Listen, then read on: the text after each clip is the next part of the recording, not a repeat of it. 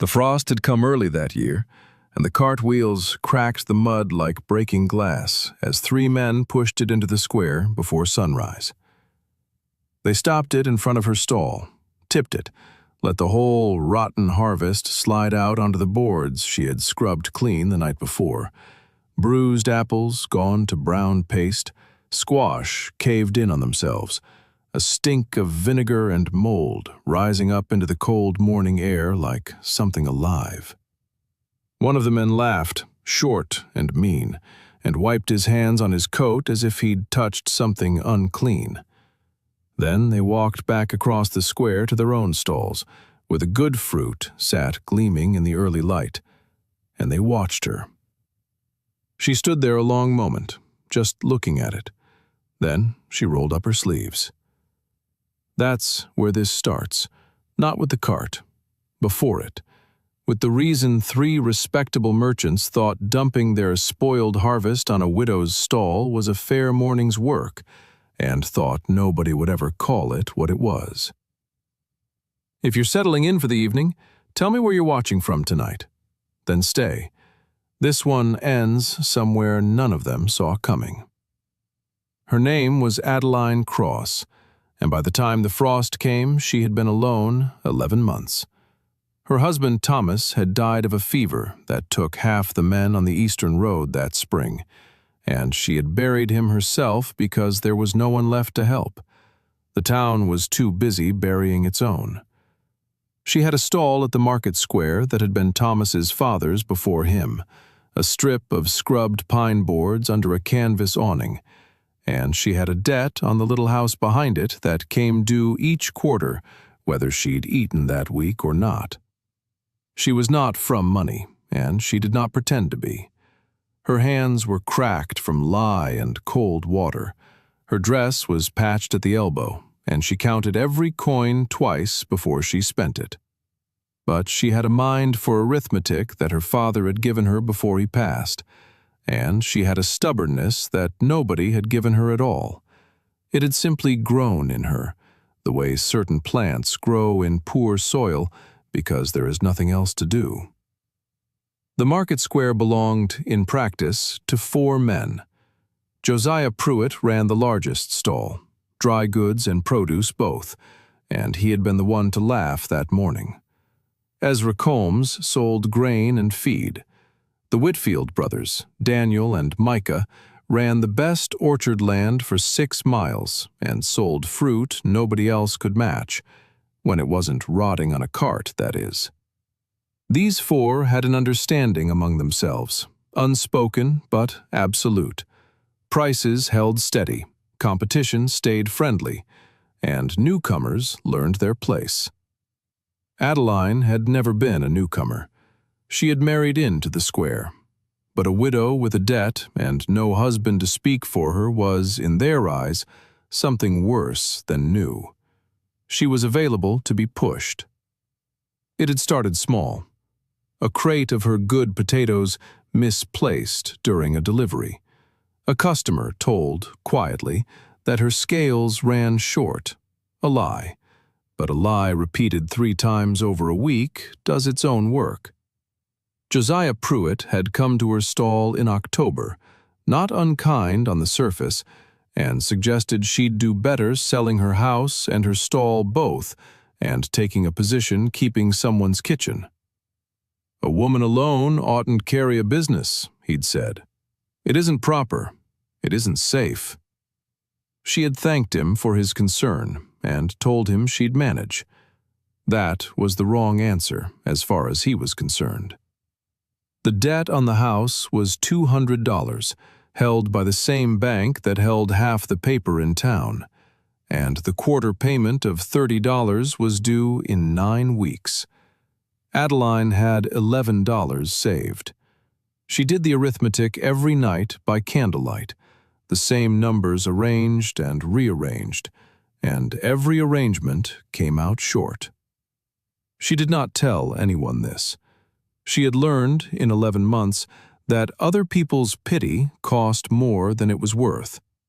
What she had instead of money was a habit her father taught her when she was a girl on a played-out tobacco farm in Carolina before they came west. A habit of looking at a thing twice. Once to see what it was supposed to be. Once to see what it actually was. He'd shown her how a field everyone called worthless still had good soil under the top 6 inches of poison. How a horse everyone called broken sometimes just had a shoe on wrong. Most folks only look once, he used to say. That's why most folks are wrong about most things. She had used that habit all her life without much occasion to prove it. The morning of the cart, she got her occasion. The 3 men who dumped it, Pruitt's hired boy Samuel among them, along with one of Coombs's hands, had been sent by their employers with the specific intent of humiliating her out of the square. It was Josiah Pruitt's idea, though the Whitfield brothers had supplied the rot.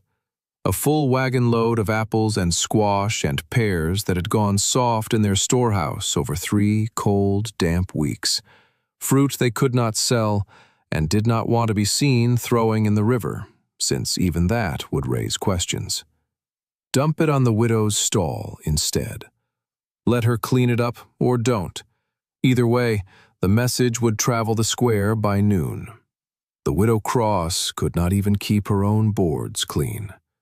Nobody wants to buy from a stall that smells like a compost heap. That was the plan. Adeline stood over the wreckage for a long moment, and the men across the square kept watching, waiting to see her cry or curse or run for the sheriff, who would do nothing since dumping a cart was not, strictly, a crime, only an insult, and insults were not his business. She did none of those things. She picked up an apple, turned it over. Most of it was brown mush, but there was a hard, unbruised quarter near the stem that was still white and clean. She set that piece aside on the one clear corner of her boards. She picked up a squash, caved in on one side, sound on the other. She cut the sound part free with her knife and set it beside the apple. By the time the church bell rang 7, she had a small, growing pile of salvage next to a much larger pile of true waste. And she had not said a single word to anyone. "Building yourself a garbage heap, Mrs. Cross?" That was Pruitt's boy, Samuel, still lingering by the cart, grinning at his own joke. "Building myself a Tuesday," she said, without looking up. "Go on and tell Mr. Pruitt his apples say hello." The boy's grin faltered. He hadn't expected an answer at all, let alone one with any teeth in it. He left without another word, and Adeline went back to her sorting. And that was the first small stone in a very long wall she was about to build. By mid-morning, she had filled 3 baskets with the good flesh cut clean from the bad. And she understood something the merchants hadn't accounted for. They had not delivered her ruin. They had delivered her raw material, and delivered it for free. She thought of her grandmother's cellar in Carolina, jars of apple butter and pear preserve lined up dark and gleaming against a winter that never quite ran out of them. She thought of vinegar, which her grandmother had also made, from fruit too far gone even for preserving, fruit that would otherwise have fed nothing but flies. And she thought, with the particular cold clarity that comes to a person who has run out of other options, that a market full of good, fresh fruit at fair prices had absolutely no preserved apple butter for sale anywhere in it. Not one jar. Waste, she thought, turning a bruised pear over in her hand. That's not what this is. This is just fruit nobody priced right. She worked through the whole day, selling what little clean produce she had left from her own modest crop alongside the salvaged pieces. Cut and displayed honestly. She never once told a customer the fruit had been dumped, and never once pretended it was anything but seconds, cut fresh and sold cheap. 2 cents the piece, ma'am. Cut this morning.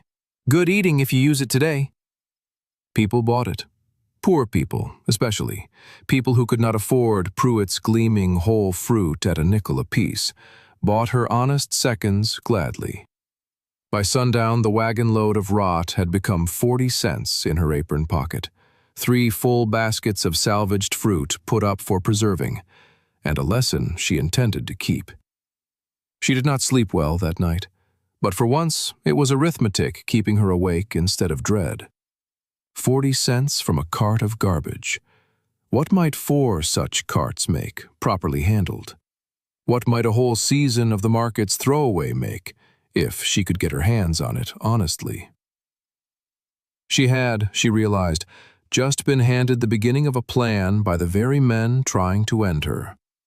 The next morning, she went to Ezra Combs before he opened his stall, while he was still stacking feed sacks in the gray pre-dawn light, and made him an offer that startled him into silence for a full 10 seconds. "Whatever spoils in your storeroom," she said.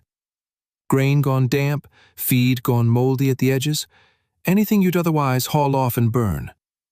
I'll take it off your hands for a penny the sack, and you won't have to pay a boy to cart it away." Combs looked at her like she'd sprouted a second head. "It's spoiled, Mrs. Cross. That's why it's going." "Spoiled for horses, maybe. Not spoiled for everything." She didn't explain further. She had learned already that explaining too much only gave people time to talk themselves out of a good deal. "A penny the sack. You lose nothing you weren't losing already." He agreed mostly, she suspected, because it seems too small a thing to bother arguing about, and because he liked the notion of not paying his boy a half-day's wage to haul rubbish to the river.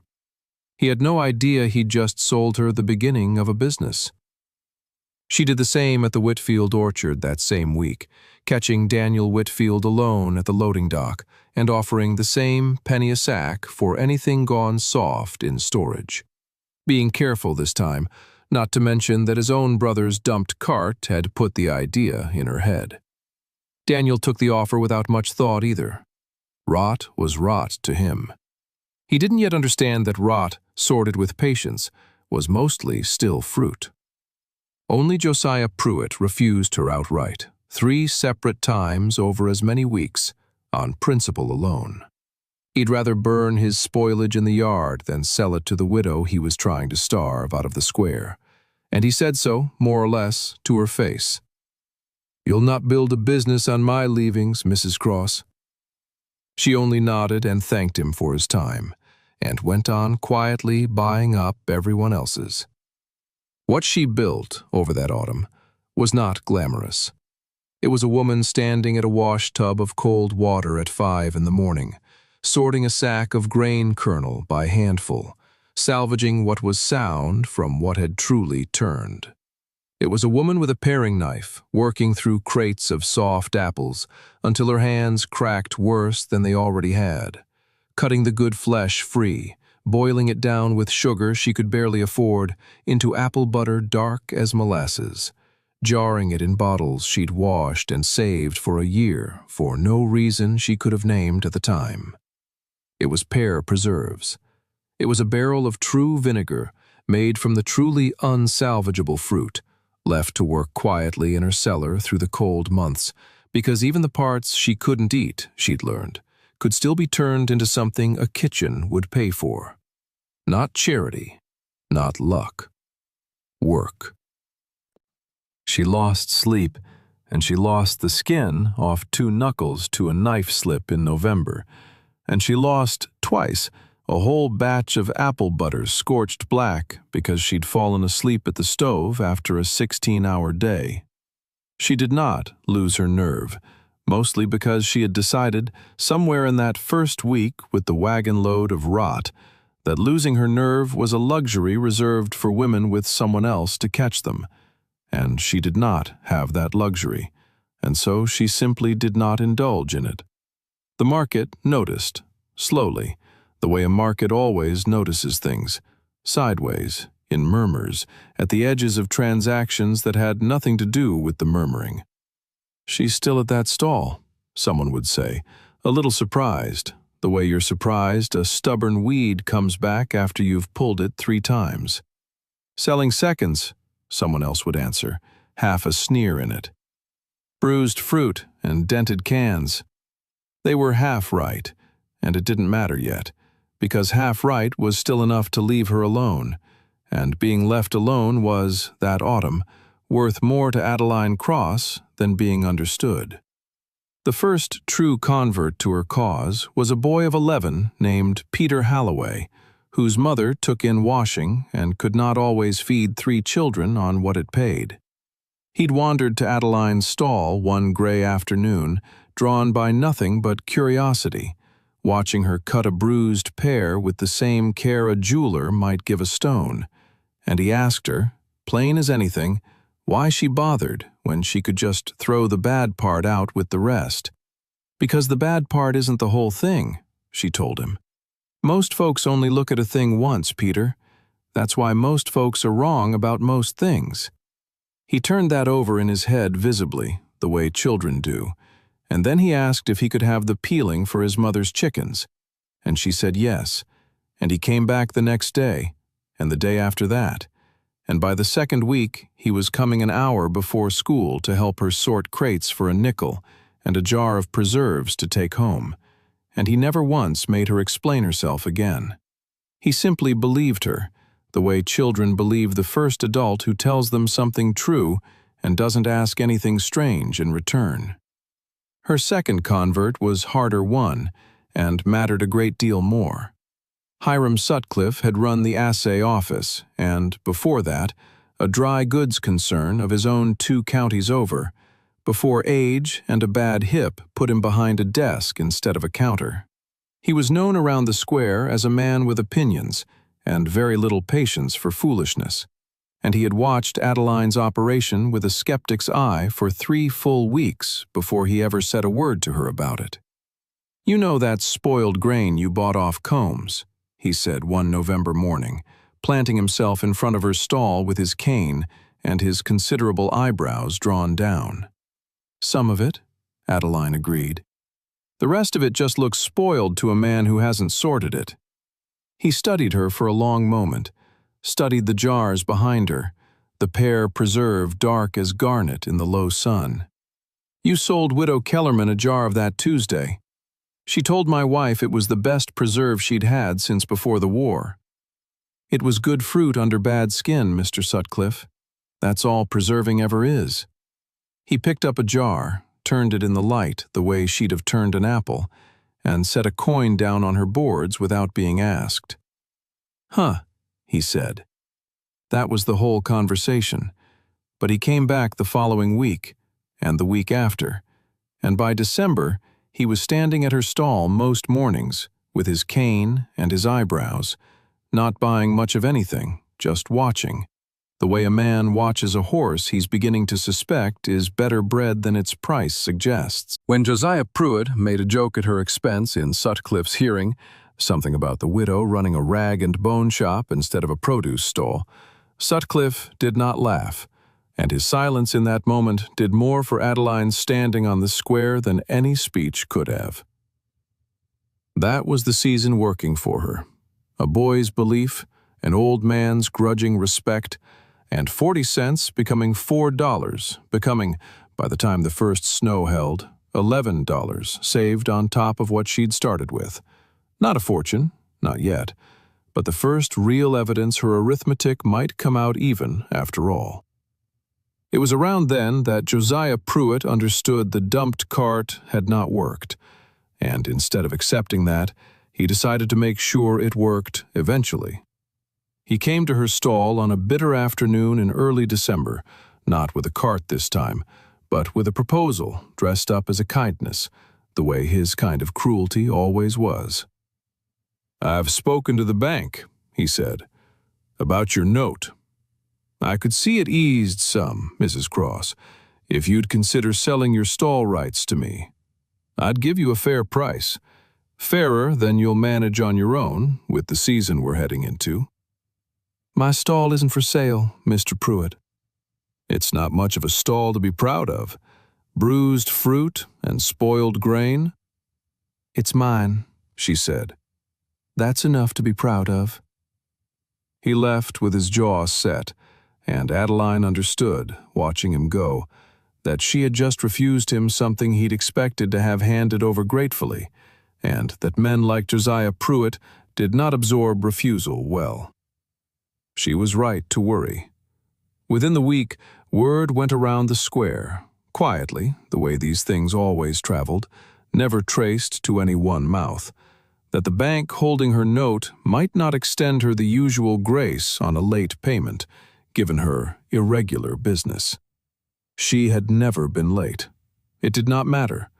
The rumor did its work regardless, the way rumors do, souring a few customers who preferred not to buy from a woman who might lose her stall out from under her by spring.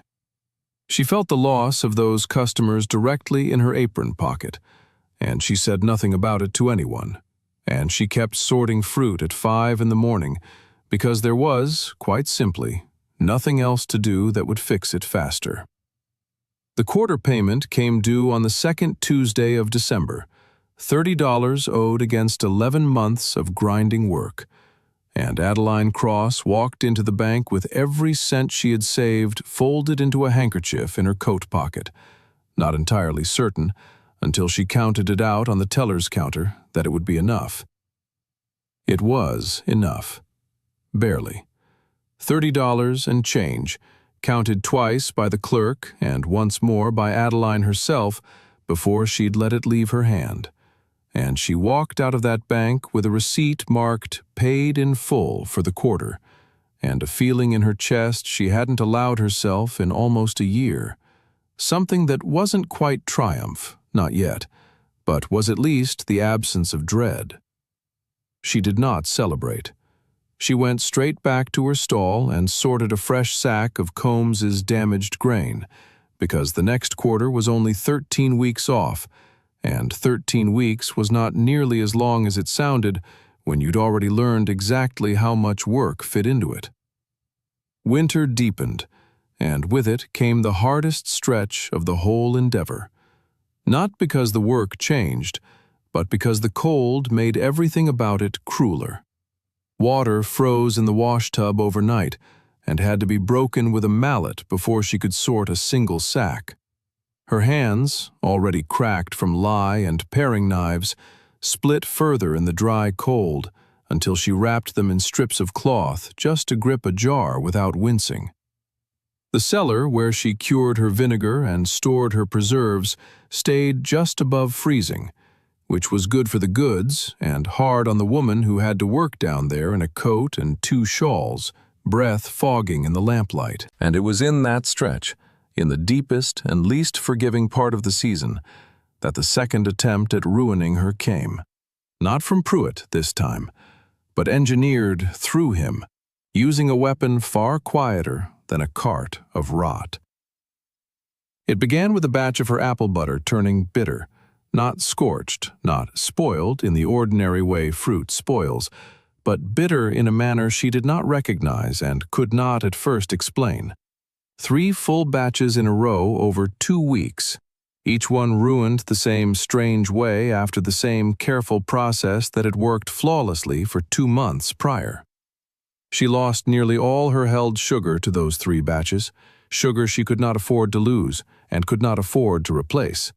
And for 3 days, she genuinely believed she had simply lost her touch, that some fundamental competence she'd trusted in herself had abandoned her without warning. It was Peter, of all people, who found the answer, crouched by her cellar door one evening waiting for his nickel and his jar, when he noticed a fine white residue dusted along the rim of her sugar barrel that had not been there, he was certain, the week before. Adeline scraped a sample onto her palm and tasted it, carefully, just a fleck, and recognized, from a lifetime of her grandmother's kitchen, the sharp mineral bitterness of lye.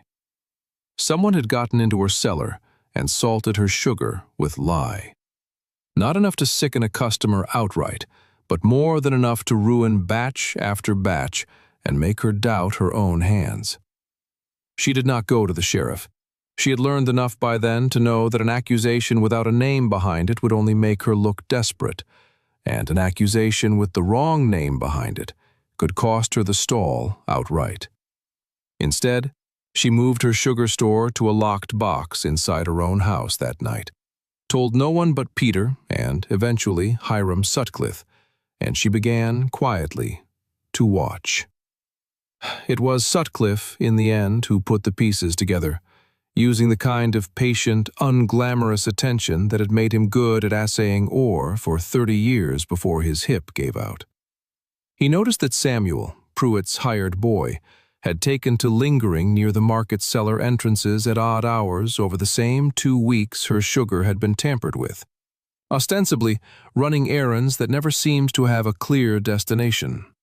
He noticed, too, that Pruitt himself had made a passing remark to Coombs, overheard at the feed stall, about the widow's business being due to sour any week now.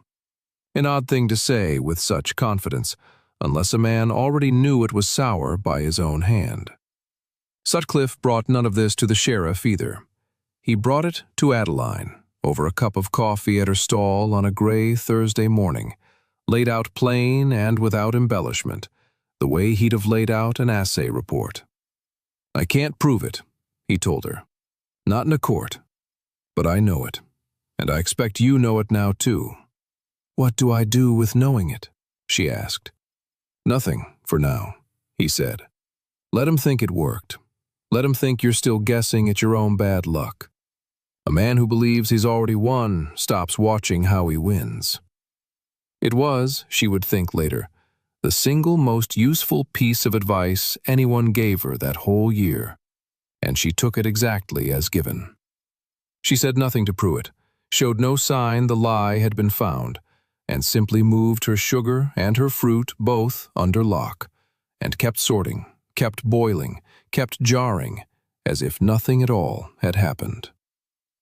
What Josiah Pruitt did not know, could not have known, watching her stall from across the square and seeing only a woman still standing where he'd expected her to fall, was that his sabotage had cost her 3 batches of apple butter and taught her, in exchange, exactly how far he was willing to go, and exactly how much fear that meant he was carrying about a widow with a paring knife and a locked sugar box. That was worth more to her, in the arithmetic that mattered, than the sugar itself. By January, the cold had settled into the kind of gray, grinding stretch that tested every business on the square, rich or poor, honest or otherwise. Foot traffic thinned. Coin got scarcer in every pocket, not just hers. Even Pruitt's gleaming stalls stood quieter some mornings than pride would have let him admit, though he kept his prices high out of habit and stubbornness both. Adeline's stall, strangely, did not thin the way the others did. Her preserves, apple butter dark as garnet, pear preserve sweet enough to make Widow Kellerman a repeat customer 3 times over, a modest but growing line of vinegar, sharp and clean once it had finished its slow winter work in the cellar, had, without her fully noticing the shift happen, become something people sought out rather than something they settled for.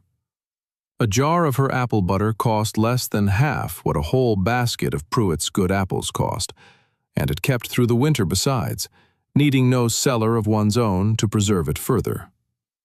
For a town full of households counting every coin against a hard season, that arithmetic mattered more than pride in buying only the finest whole fruit. She raised her prices, cautiously, by a penny a jar in mid-January, testing whether the demand was real or simply the product of a slow month with fewer other options. It was real.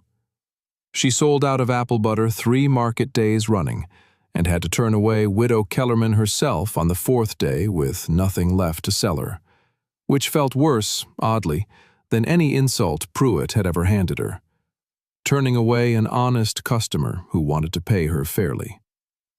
That was the moment, more than any other single thing, when Adeline understood her stall had stopped being a widow's desperate salvage operation and started being a business with more demand than supply. It was a good problem. She had never had a good problem before, and she found she rather liked the shape of it. She began keeping a ledger in earnest that month, not the rough tally she'd scratched on scraps before, but a proper bound book Sutcliffe gave her from his own old dry goods days, its first 50 pages already used and crossed through with someone else's decades-old inventory, the back half still blank and waiting. She wrote down every sack bought, every jar sold, every penny in and out, in handwriting that grew steadier and more confident page by page as the numbers themselves grew steadier and more confident. $2. 31 sacks of ruined grain and rotten fruit that autumn, all bought for pennies. By January, the arithmetic on the page read different than the arithmetic in Pruitt's head, and neither man nor market had caught up yet to what her ledger already knew. By February, she had a decision in front of her that no amount of sorting fruit alone could solve. She had more demand for her preserves than her single stall and her single pair of cracked hands could supply. And she had, for the first time in her adult life, enough saved beyond her debt payment to actually consider expansion rather than mere survival. She went to Peter's mother first, not Peter himself, who was still a boy and belonged in school more mornings than he managed, but Mrs. Holloway, whose washing income had grown thin and unreliable as winter wore everyone's linens and everyone's coin thinner alongside it. Adeline offered her honest wages to help in the cellar 3 mornings a week, sorting and jarring, work Mrs. Holloway's hands were more than capable of, and work that paid steadier than washing did in a season when fewer households could spare the coin for it. It was the first time Adeline Cross had ever paid another soul a wage, and she found the act stranger and more satisfying than she'd expected. A small, quiet proof that her arithmetic now had room in it for someone besides herself. She went next to Hiram Sutcliffe, not for labor, since his hip kept him from most physical work, but for something she'd come to value from him more than labor anyway. His name and his judgment, lent openly to her enterprise in a way that mattered on a market square that still, in places, ran more on reputation than on receipts. "I'd take it as a kindness," she told him, "if you'd let it be known you think well of the operation.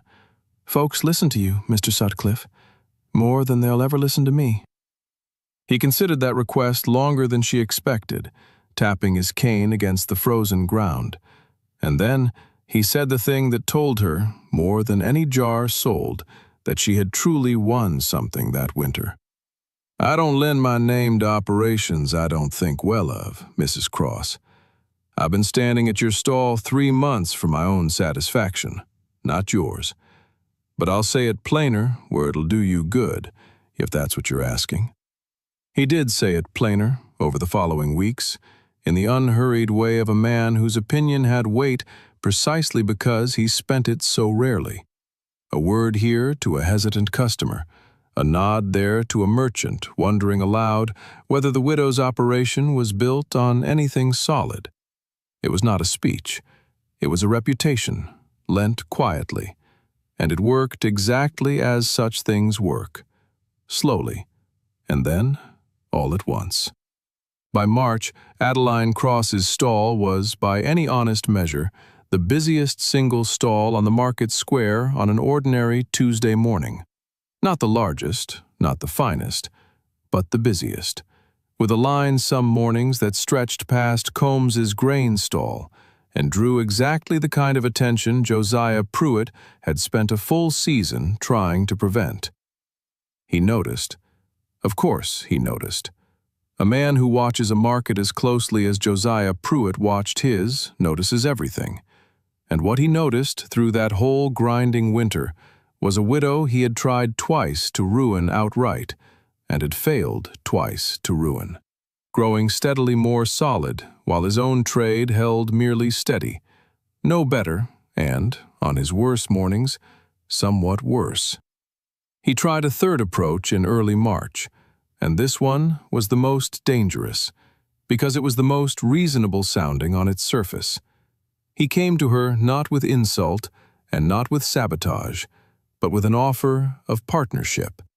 A proposal delivered over a full display of civility that her preserving operation and his produce trade might combine under a single stall, his capital and standing behind her craft, splitting profits in a manner he described as generous.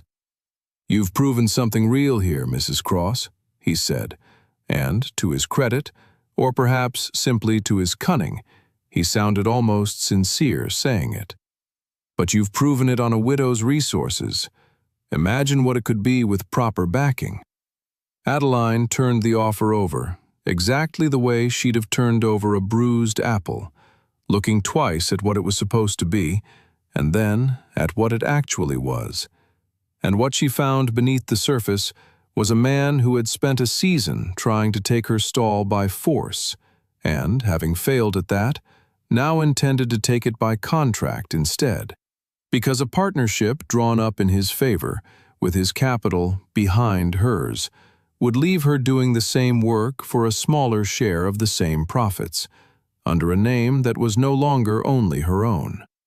"I'll think on it," she told him, which cost her nothing, and told him nothing, and bought her the time to be certain of her answer before she gave it.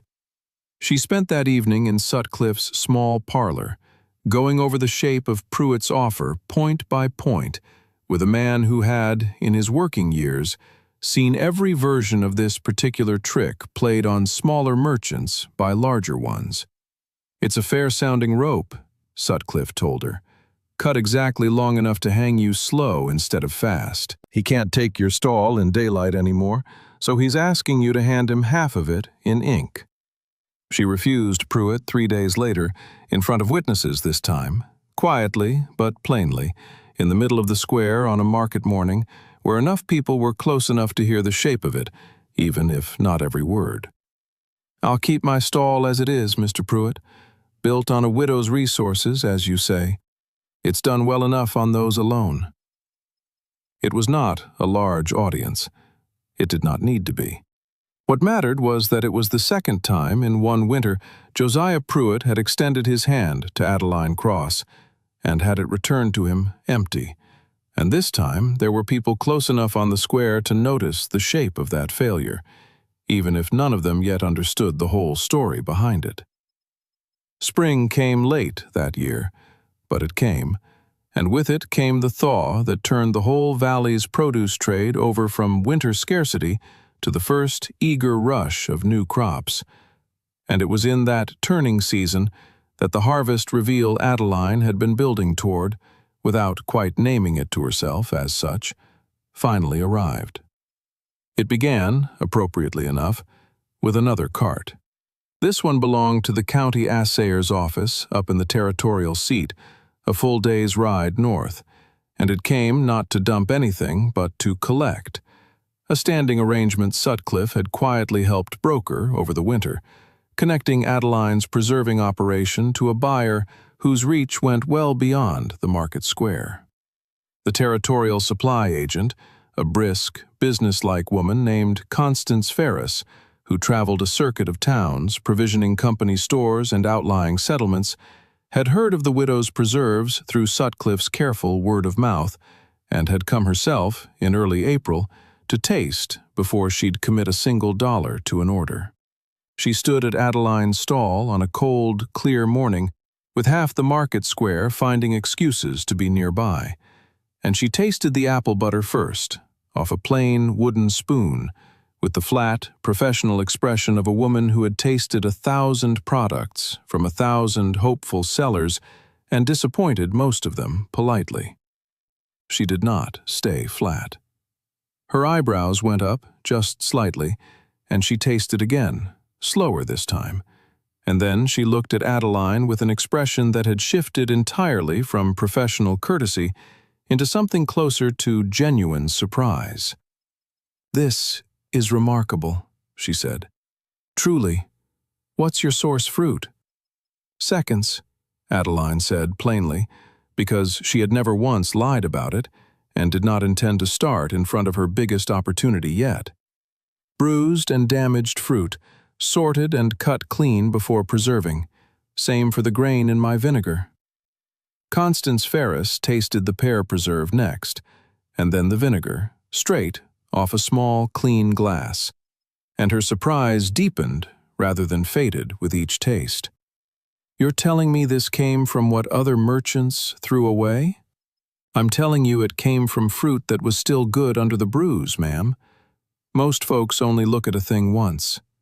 The supply agent laughed, a short, delighted laugh, entirely without mockery in it, and placed, right there on the square, in front of Pruitt's stall and Combs's stall, and both Whitfield brothers, an order for 40 dozen jars across 3 preserving lines, to be delivered over the coming month for distribution to 6 company stores along her circuit, at a price per jar that made Adeline's breath catch audibly enough that Peter, standing nearby with a crate of empties, grinned at the sound of it.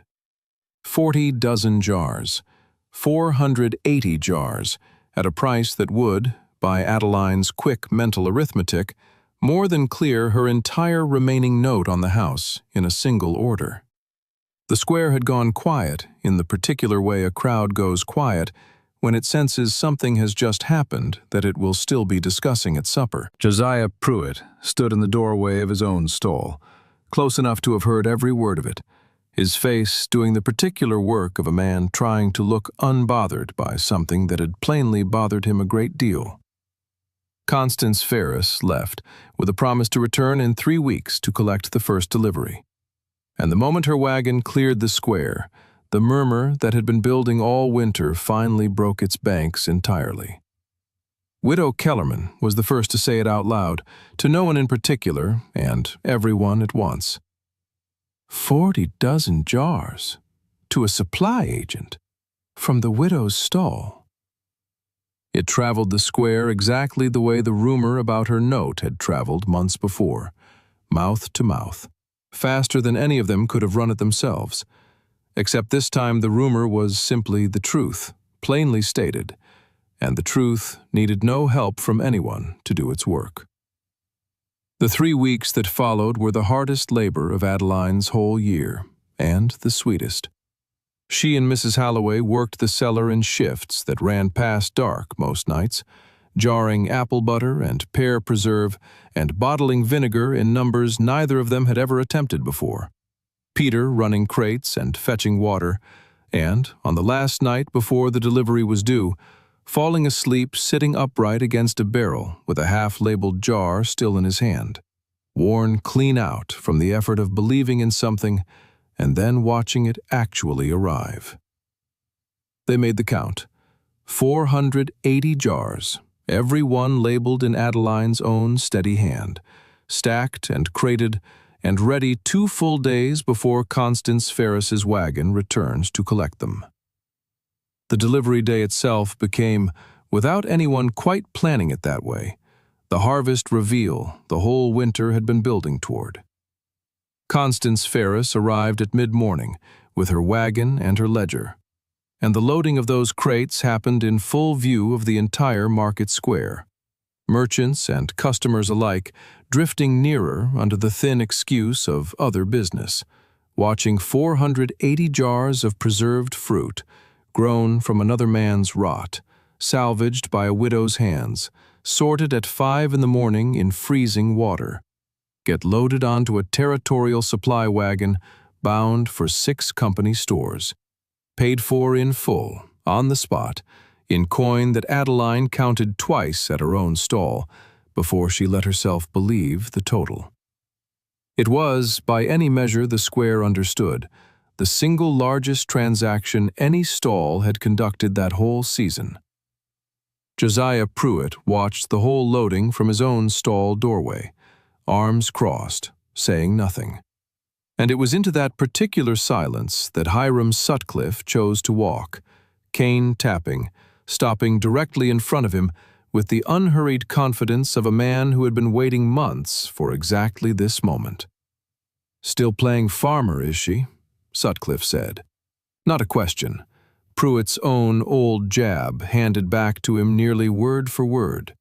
The same line the merchants had traded about her all winter, now landing with the full weight of 480 jars behind it. Pruitt did not answer. His silence, in front of the whole square, said everything his mouth would not. What happened over the following weeks was not sudden so much as inevitable, the way a hard freeze is inevitable once the wind turns a certain way in October. Customers who had quietly avoided Adeline's stall through the winter, wary of the rumors about her note, or simply following the square's unspoken hierarchy of whose stall one was supposed to patronize, began appearing openly at her boards, buying preserves not as a poor family's economy, but as a genuine preference, because the taste had earned that preference honestly, and word of the supply agent's order had settled, once and for all, any lingering question of whether her operation was solid. Ezra Combs, who had sold her damaged grain all winter at a penny a sack without ever once believing it would come to much, began asking her, almost sheepishly, whether she'd take his good grain too, on a standing arrangement, for a proper vinegar contract going forward. An actual business proposal, offered as an equal to an equal, which was a different creature entirely from a man selling off his rubbish to a widow he'd assumed was desperate. Daniel Whitfield came to her directly, without his brother, in the last week of April, and what he said surprised her more than anything Pruitt had offered all winter. "We've more fruit some seasons than we know what to do with once the bruised stock starts turning," he said, turning his hat in his hands the way a man does when he's uncertain of his welcome. "I'd rather sell it to you at a fair price than watch half our own storehouse rot for nothing, same as it did last fall, if you'd still have it." She noted, with a quiet, private satisfaction she did not let show on her face, that this was the same brother whose cart of dumped fruit had started the whole enterprise, now standing at her stall asking, plainly and without a trace of the old mockery, to sell to her rather than dump on her. "I'll take it," she said, "at a fair price, same as anyone." Not gloating, just business, conducted the way business should always have been conducted with her from the start. By May, the changed valley had settled into its new shape the way a river settles into a new course after a spring flood.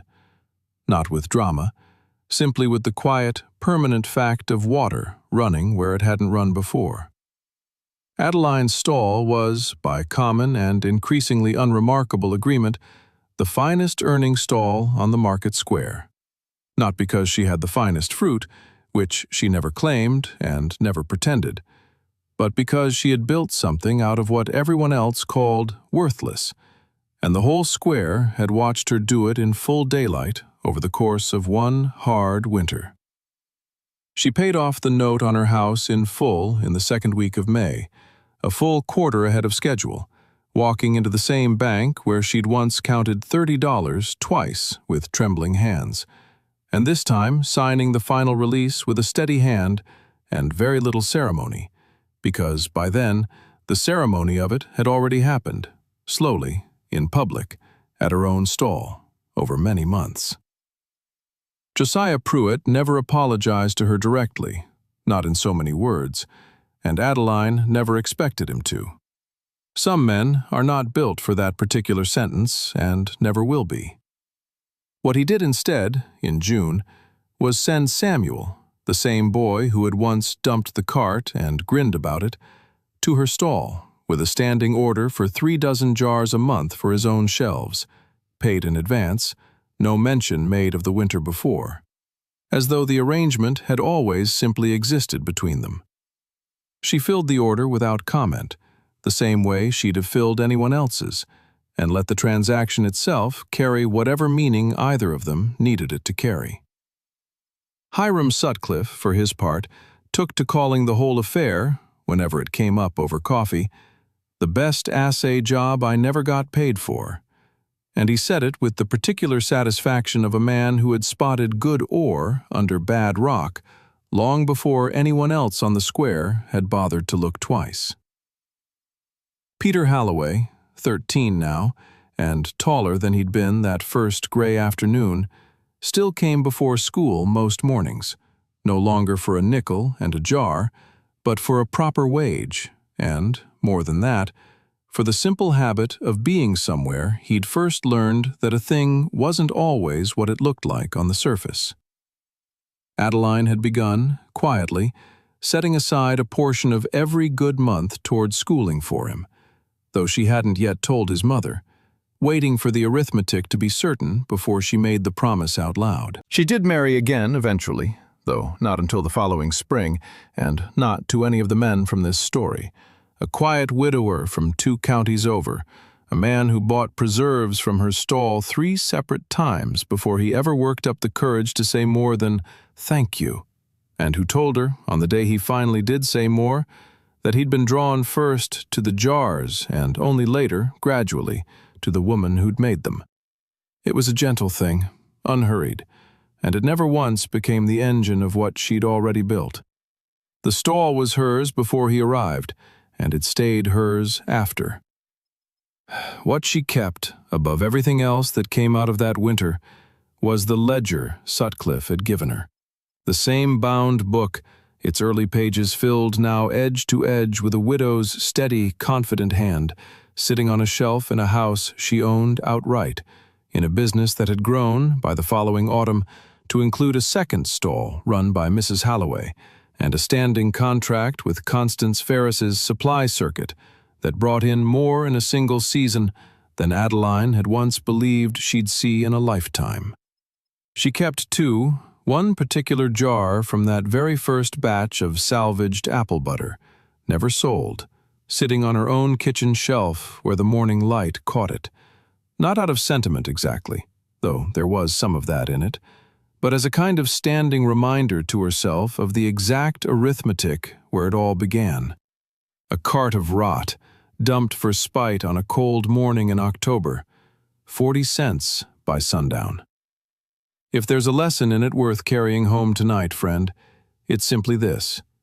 Worth is not a number some other person gets to assign you, and scorn, however loud it sounds in the moment, is rent-free and empty the day after it's spoken, while a good harvest speaks once, plainly, and feeds you the whole winter through. The men who dumped that cart on Adeline Cross's stall meant it as an ending. She read it, instead, as a beginning. Because most folks only look at a thing once, and that, more often than any of us would like to admit, is exactly why most folks are wrong about most things. Wherever you're watching this from tonight, I hope you carry a little of her stubbornness home with you. Keep looking twice at the things everyone else has already written off. You might be standing closer to your own harvest than you know. Good night, and may your own ledger, whatever shape it takes, come out steady in the end.